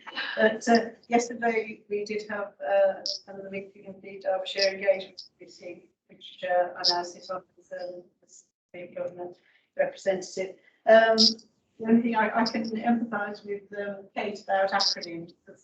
Within the system working, there are numerous new acronyms popping up, so I'm trying to keep up to date with those as well. So we can empathise with that. But the only thing really probably to highlight is it brings us back to our conversations about RPC and a piece of work that was commissioned by Dr. Care Derbyshire about GP access, both perceptions and reality, and that work is progressing, and that report is actually being taken to some representatives from primary care networks to be discussed. And it seems as though GP services are very patchy across Derbyshire as a whole. Some GP practices are managing to keep, their access. People are quite happy with the service that they're getting from them, but there are other areas where it's far from okay. And one of the, I know I won't go into the detail, but one of the participants yesterday, one of the lay representatives, was giving some quite shocking examples of experiences somewhere in Derbyshire. So echoes what we've said about how much primary care is under pressure, and it seems that some practices are coping a lot better than others. But that work is being taken, as I said, to be discussed within the primary care networks. So hopefully that may also help to come to people's minds on where things are not going well, what needs to be done to rectify it. That's probably the main thing. But it's beginning to sort of gel in my mind now that the things we're talking about within the trust are also the things that are being talked about in the wider system, which encourages me that that we are actually all trying to work properly together, which is what we need to do to improve patient care. So the more meetings, the first one I went to, I thought, oh my goodness, what does this all mean? But it's now beginning to start to fall into place about how we want to work together, and so hopefully it will continue. It's going to make increasing amounts of sense on, Yes. on subsequent outings. So Yeah. thank you for that, Margaret. Thank you for that report. It's great to see that level of government involvement now coming through as a system arrangement. So thank you. Is there anybody else who wants to report back any item to the Council of Governors? Derek? Yeah, just a small issue, perhaps in the context of things. According to my GP practice, apparently there's a shortage of blood sample models. I wondered how that impacts on the hospital.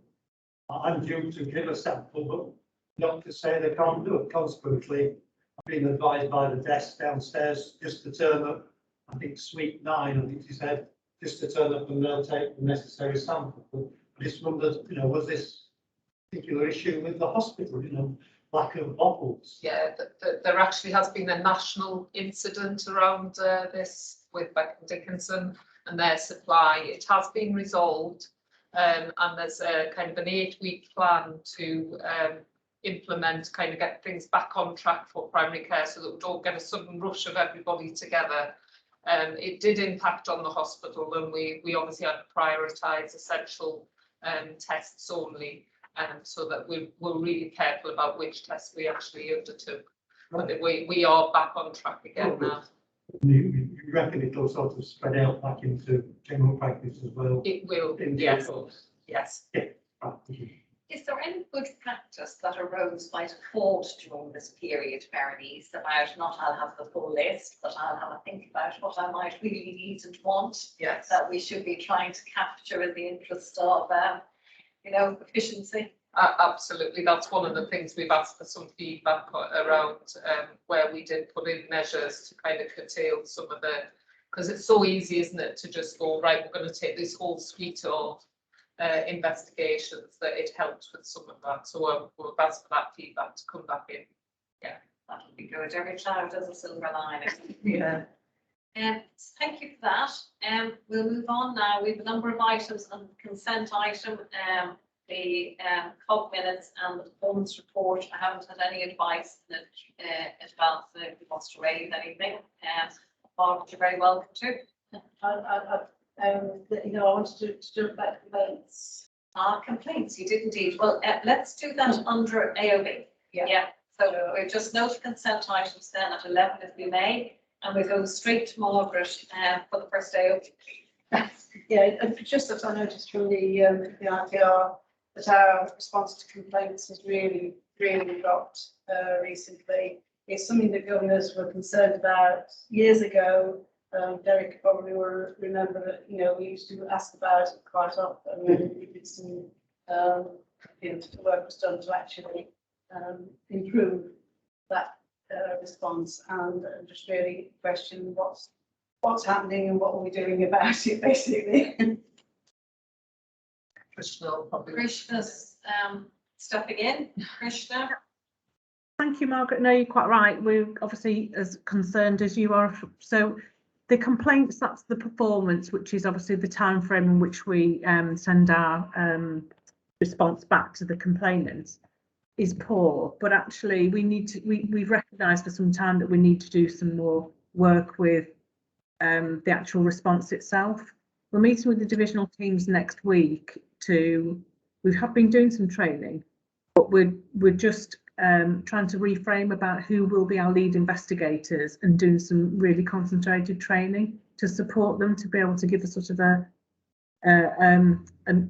non-defensive sort of response back that has fully investigated the response that is required. So it's getting the response right, and we're on track with that. We know what we need to do, and then obviously it's about meeting expectations if we've given a time frame and trying to get the response back in a timely manner. So it's twofold.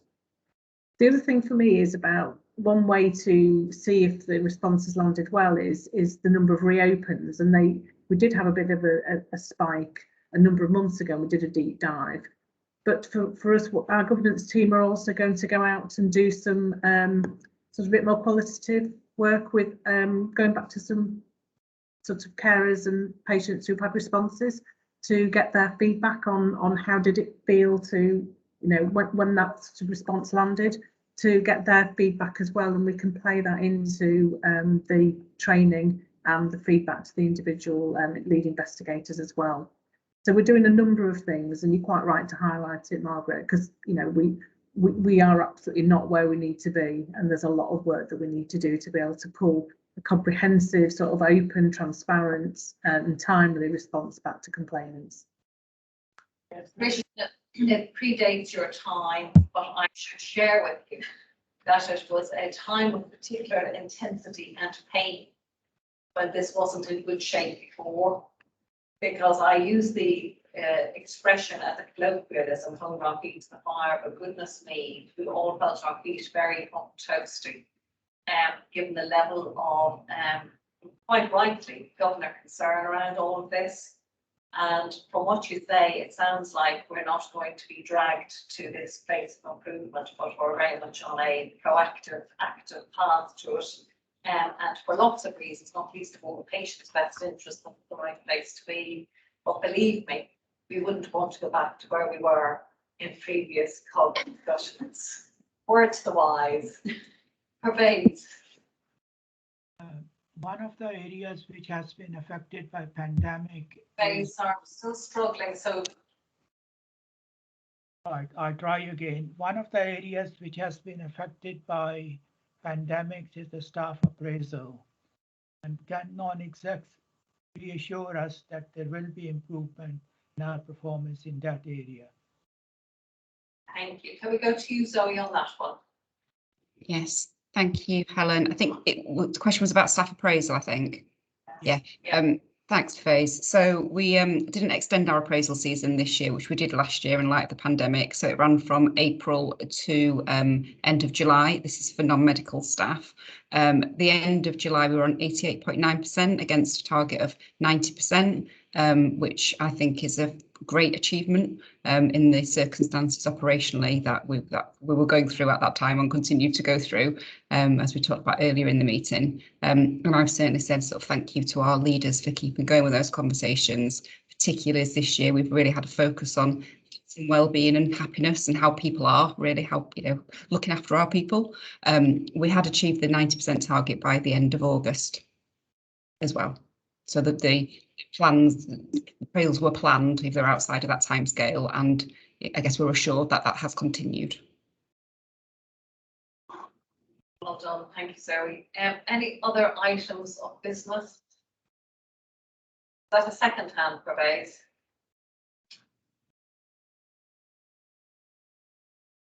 Do you want to go again, or is that just a fiddly bum? Okay, very good. In which case, please may you note the work programme which is just in front of you for information. And believe it or not, where has the year gone? But the next meeting of Council of Governors is on the 17th of November.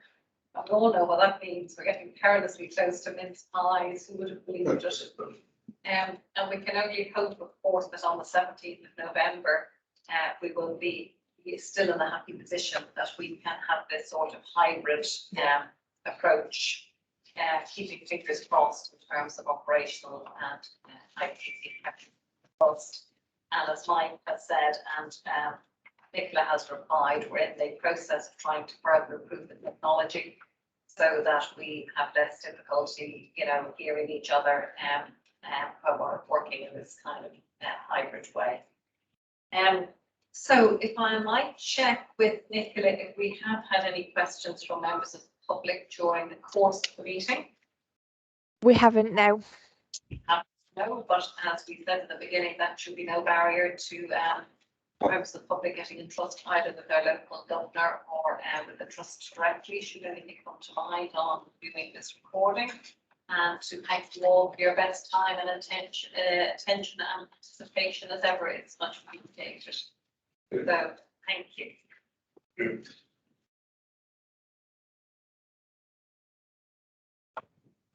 Thank you, Helen. Thanks, everyone. Bye. Bye. Bye all. And you. Bye. I don't feel like a Brady Bunch now.